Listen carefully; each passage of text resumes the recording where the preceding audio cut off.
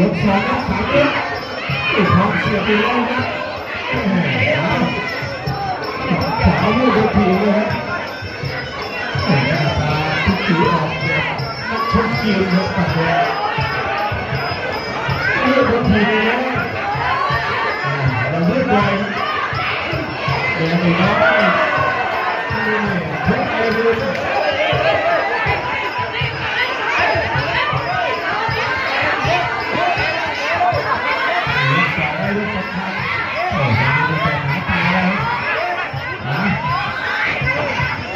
ใจเย็นจริงๆนักชกใจดีครับปากแดงเขาทำเขาไม่เคยครับใจดีจริง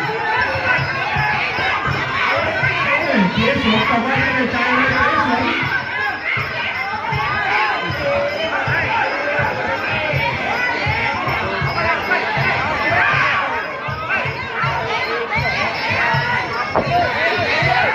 สียสม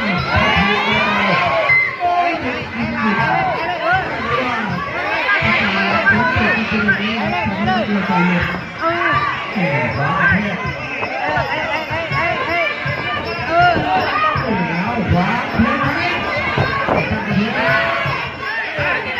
เอาอีกเอาอีกขวาหรือว่าเดินขยับเข้าไปเดินทีละทีนึงแล้วมาโอ้ยจริงๆข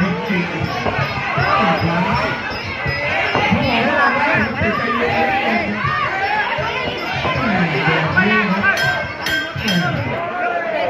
แบบนี้ใครได้เป็นเจ้าบ้าน